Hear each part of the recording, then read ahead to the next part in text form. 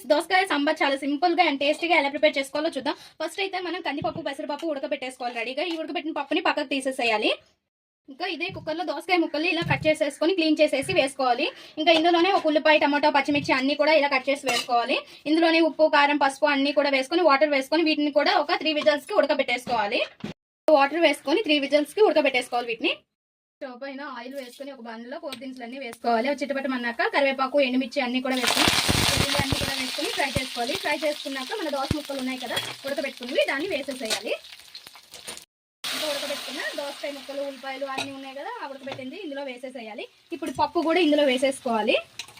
ఇంకా కొద్దిగా చింతపండు పుల్ల వేసుకొని తగిన వాటర్ వేసుకొని ఇంకా మరగనివ్వడమే కొద్దిసేపు. సాంబార్ పొడి వేసుకొని మరగనివ్వడమే మన దోసకాయ సాంబారు.